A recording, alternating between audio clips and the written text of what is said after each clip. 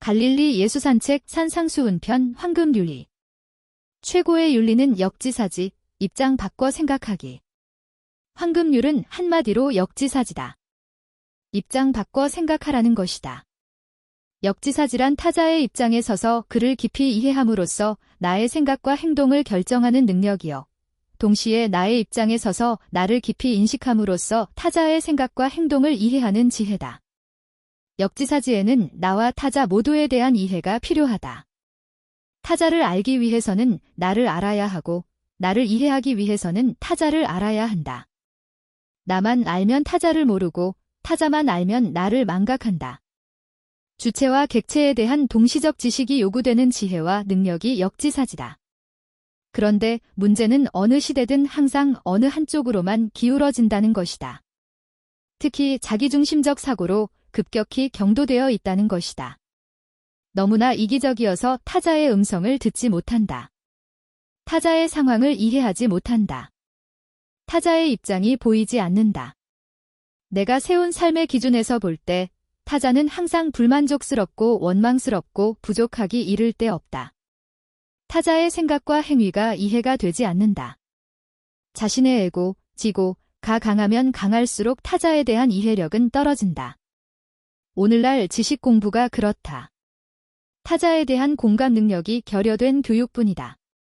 타인의 입장에서 생각하는 훈련을 하지 않는다. 자녀는 부모의 마음을 헤아리지 못하여 불효한다. 학생은 책을 읽으면서 한 번도 저자의 생각을 알려 하지 않고 글자만 본다. 자기의 생각만으로 읽으려 한다. 저자의 입장을 한 번도 생각해 보지 않는다. 그래서 문제가 나오면 항상 틀린다. 직장에서 신입사원들은 사장의 생각을 헤아리지 못한다. 그래서 항상 혼이 난다. 자기 생각대로 일을 처리한다. 사장이 무엇을 좋아하고 싫어하는지 관심이 없다. 교회도 마찬가지다. 타자에 대한 공부가 너무나 부족하다. 그러나 막상 현실에서 능력 있는 사람은 모두 타자에 대한 이해가 탁월한 사람들이다. 외교가 그렇고 비즈니스가 그러하며 마케팅이 그렇다. 상대방의 마음을 잘 아는 사람들이 성공한다. 인간에 대한 이해, 타자에 대한 지식이 있는 자가 시장을 지배한다. 오늘날 젊은이들에게 컴패션, 긍휼, 훈련이 요구되는 이유가 바로 여기에 있다. 이제는 타자의 고통을 나의 고통으로 전이시키는 공감의 능력이 중요한 시대다. 많이 알고 많이 외우는 지적 능력보다 훨씬 중요한 때를 맞고 있다. 그런 면에서 배우라는 직업은 역지사지의 능력을 가장 잘 키울 수 있는 직업이 아닌가 한다. 잠시라도 타자의 삶을 살아본다는 것처럼 좋은 역지사지의 훈련은 없지 싶다. 한편 예수님은 내 이웃을 내 몸과 같이 사랑하라는 보편적 이웃사랑의 명령을 주셨다. 이웃사랑의 방법 또한 역지사지로만 이해할 수 있다. 여기서 역지사지는 타자를 사랑하기 위해서는 나 자신을 알아야만 한다. 내가 나를 얼마나 사랑하는가를 생각해보고 그 기준에 타자에 대한 사랑의 수위를 맞추라는 것이다. 나는 손가락에 가시 하나만 박혀도 고통스러워한다. 내가 고통스러워하듯이 타자도 그럴 것이라고 이해하라는 것이다. 나는 지나가는 사람이 어깨를 살짝만 건드려도 기분이 불쾌하다. 내가 불쾌한 만큼 타자의 심기를 함부로 건들지 말라는 것이다.